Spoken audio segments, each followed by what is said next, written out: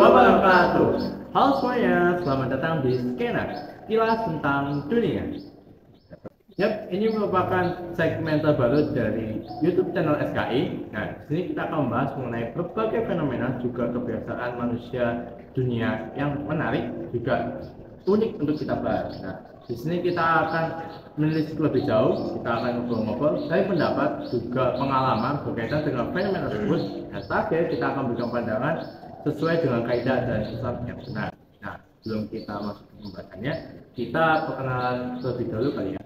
Halo semuanya, aku Asad dan di sini aku nggak sendirian, kita ada dua temanku yang lain. Halo, perkenalkan nama saya Akbar. Nama saya Adel. Jadi kita akan bareng-bareng akan membahas untuk episode kali ini. Nah, untuk episode kali ini kita enaknya bahas apa ya? Gimana kalau kita bahas pergaulan bebas, Mas? Setuju banget. Naik. Nah, menarik sih. Pergaulan bebas karena saat ini tuh menjadi concern utama ya, apalagi di kalangan remaja karena berkaitan dengan pergaulan itu sangat-sangat bebas karena kita agak menuju ke liberal. Jadi terkait apa yang boleh dilakukan itu bergantung dengan perspektif masing-masing, baik itu secara kita ngomong, terus secara kita tata sana, terus kita juga terkait dengan bergaul dengan lawan jenis itu sangat beragam sekali karena kita menganut sistem kebebasan. Nah, menurut kalian sendiri pergaulan saat ini kayak gimana? Kalau dari pengalaman saya, Mas, anak contohnya terutama kayak kita anak SMA, anak muda gitu, pastinya dari kesempitan, ya contohnya antara perempuan sama laki itu jadi lebih keras gitu. Nah, dikirain apa nggak pacaran, tahunya mereka apa selalu deket-deketan gitu, ada cara seperti itu dan apa ya?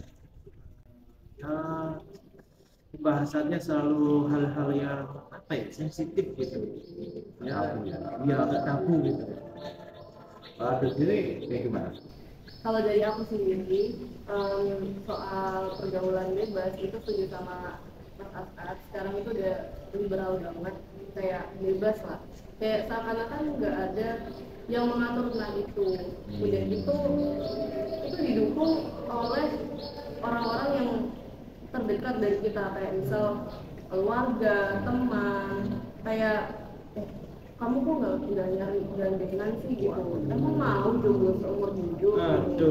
Kayak kenapa gitu loh, maksudnya kan harusnya pergaulan ini tuh ada aturannya dan nggak mungkin sebebas itu.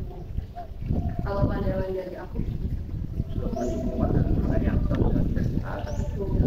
benar sih, kata Fahri, aku juga tidak mendapatkan kedua kayak saat ini itu ada yang berdua karena emang di kondisi saat ini berarti kita di sekolah yang umum di banyak sekolah Islam di mana kita antara laki-laki dan perempuan bisa, jadi kita seringkali itu kalau kita bergaul, ngobrol atau melakukan tugas kelompok mungkin itu kita memang diharuskan untuk ngobrol atau berkomunikasi dengan lawan jenis. Nah, tapi yang saat ini itu memang sangat bebas ya.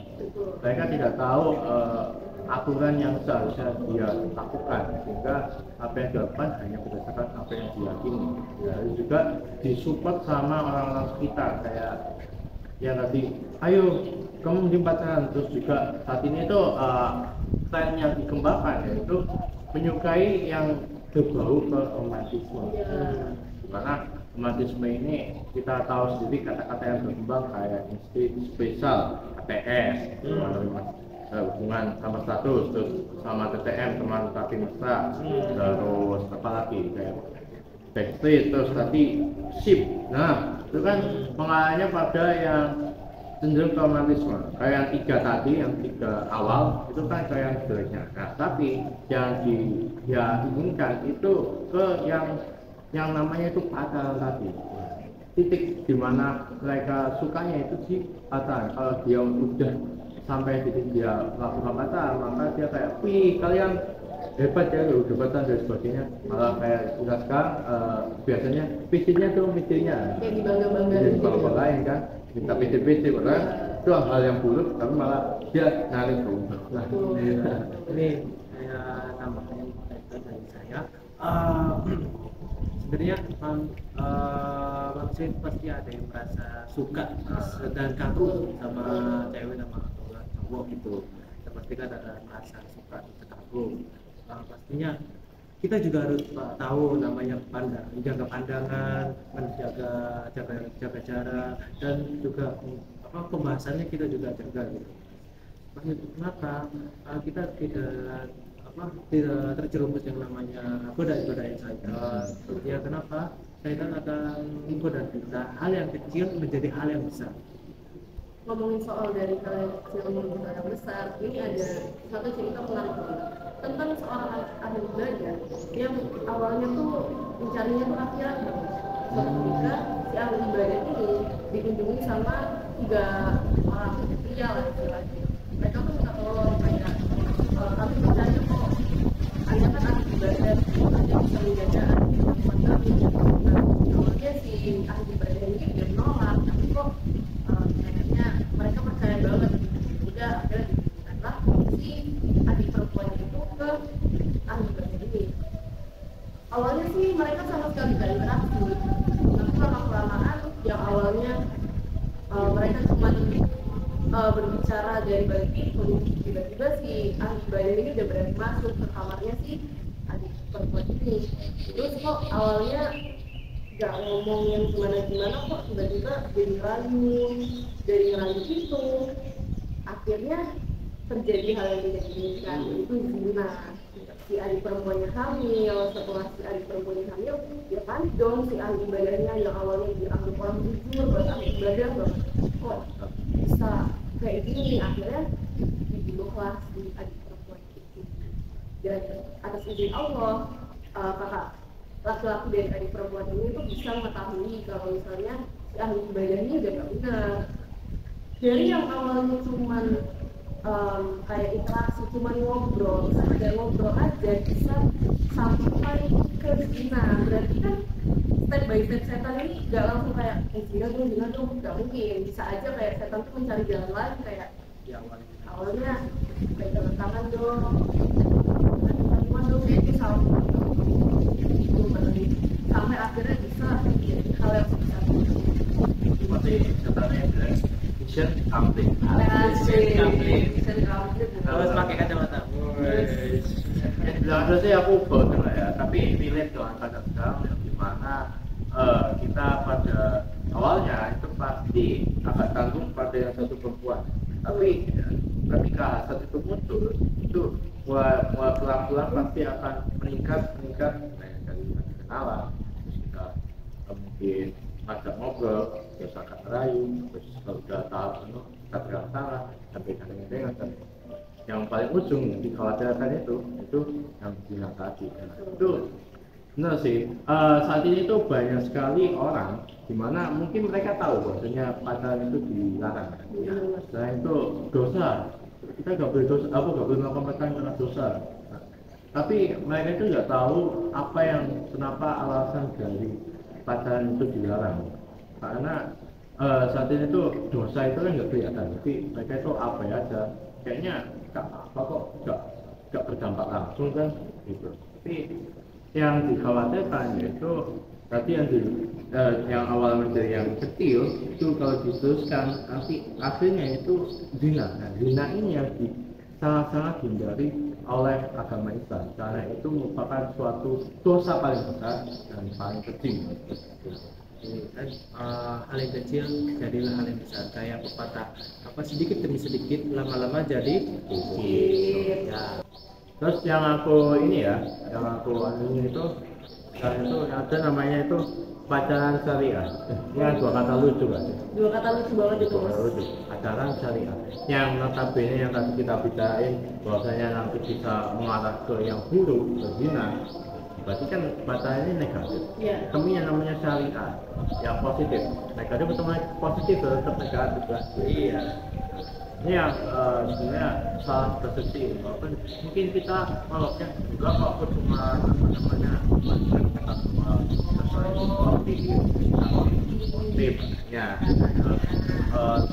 nggak sampai melakukan hal-hal yang berbau apa yang tidak dilarang menurut dia, katanya kayak pakai tangan terus apa kan sebenarnya dilarang. Kan nggak mungkin kan kita kalau kita melakukan hal seperti itu cuma cium-ciuman doang, cuma kayak ya enak lah, pasti ngalahnya nanti bakalnya ke situ, atau dan yang dikhawatirkan nanti itu malah yang paling jelek ya tadi itu gitu. Jangan lucu sekarang itu Mas. Ini apa ada namanya pacar syari. Pacar syariah. Iya. Kayak ibaratkan apa daging babi direbuskan dengan air zam-zam. Kan tetap haram kan? Iya. Tetap haram. Nah, Tak harus nggak ngaruh sih. suatu hal yang negatif dimanapun caranya dilakukan tetap akhirnya Padahal di Islam sendiri itu nggak boleh loh mencampur adukan kebaikan dengan kebatilan, itu nggak boleh banget. Jika kalian merasa suka atau kagum sama seseorang, lebih baik kalian menjauhi apa karena kenapa jodoh itu sudah diatur oleh Allah SWT. Dan kalau kalian masih kagum sama si dia, doakan dia di malam hari. Nah, sebenarnya bergaul sendiri itu bisa dibilang itu hukumnya mubah, boleh. Atau bahkan ini bisa diartikan sunnah kalau memiliki tujuan spesifik yang bisa itu membawa kita kepada tujuan yang lebih baik. Buah.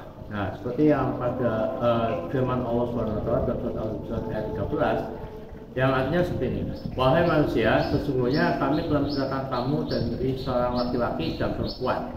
Kemudian kami ciptakan kamu berbangsa-bangsa dan bersuku-suku agar kamu saling mengenal. Nah, ini kan tujuannya itu memang kita dipatahkan dalam laki dan perempuan, dan selanjutnya itu kita untuk saling mengenal dan saling melengkapi. Tapi di situ kita juga ada batasan. Nah, batasan ini sesuai dengan hadis riwayat Tabrani dari sabda Rasulullah, yaitu jauhilah berkhawlah wanita demi Allah yang di diriku berada di genggamannya. Tidaklah berkhawlah seorang laki-laki dengan wanita kecuali setan akan masuk di antara keduanya. Nah, ini ada kata yang mungkin kita agak asing untuk dengannya ya. Itu berkhawlah. Berkhawlah itu apa? Berkhawlah itu adalah dimana kegiatan seorang manusia itu berdua-duaan antara beda lawan jenis. Nah, dengan tujuan memang bukan karena sesuatu hal, tapi untuk memang dia ingin mendekati lawan jenis. Nah, itu yang sangat-sangat dibenci, sangat-sangat dihindari. Nah, karena kenapa nanti di antara dua ini pasti yang ketiganya setan. Nah, setan ini yang kita ditahan tadi, dia akan membujuk kita untuk melakukan hal-hal yang tidak disukai sampai akhirnya pada titik puncak. Nah, selain itu Allah SWT juga melarang kita dalam Quran surat Al-Isra, janganlah kamu mendekati zina. Sesungguhnya zina itu adalah perbuatan yang keji dan jalan yang terburuk. Zina ini jalan terburuk dan kecil. Kenapa? Dia akan menjumlah kita dan dia akan menghasilkan sesuatu yang baru. Sesuatu yang baru ini apa? Ya, menghasilkan baginanya tadi ya. Nah, dia itu diciptakan atas dasar ketidakbertanggungjawaban, tapi dia dipertanggungjawabkan di atas kasihan. Karena dia seharusnya tidak ada dihadirkan, tapi dia bertanggung jawab atas kehidupan di dunia ini. Itu kasihan banget. Sesungguhnya zina adalah perbuatan yang keji dan jalan yang terburuk. Ya, ini benar kasihan untuk orang tua yang yang setiap harinya beribadah untuk anaknya, dirinya, ya, tapi anaknya itu tetap terjerumus yang namanya pergaulan bebas. Pastinya peran orang tua itu peran yang sangat penting, peran yang utama dalam sosialisasi untuk anak, ya, untuk memberitahukan kepada anaknya, nah, jauh gitu cari-cari teman yang baik, supaya kenapa tidak namanya pergaulan bebas, tidak melahirkan anak yang hasil zina gitu ya. Boleh begitu nggak cuma soal berkhawat ya.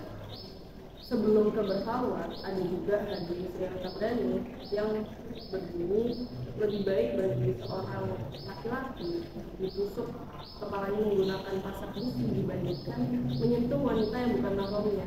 berarti sesakit-sakitnya ditusuk dengan pasak besi itu lebih baik loh daripada menyentuh lawan jenisnya. Kayak genggam tangannya aja berarti udah nggak boleh, apalagi sayuran luar keluar bareng tanpa mahramnya, berarti itu udah bener-bener dilarang dalam Islam. Aku bayangin aja nggak terbayang itu lebih baik loh daripada kita melakukan hal ini. Berarti orang tua yang selalu ada gitu tapi tidak beri tahu kepada anaknya jawaban dahulu yang namanya berbagai pasti tapi orang tuanya percuma ibadahnya di masa hidupnya itu. sama-sama menjelaskan di mereka semua ya, orang tua awalnya sama-sama itu makanya kita harus sebisa mungkin untuk menghindari. Nah, aku sih ada tips sih untuk berkaitan dengan pergaulan, masih kita bisa menjauhi yang namanya pacaran atau yang mendekati kita ini. Kalau aku sekarang bisa kita sering-seringlah mendekati ke kajian.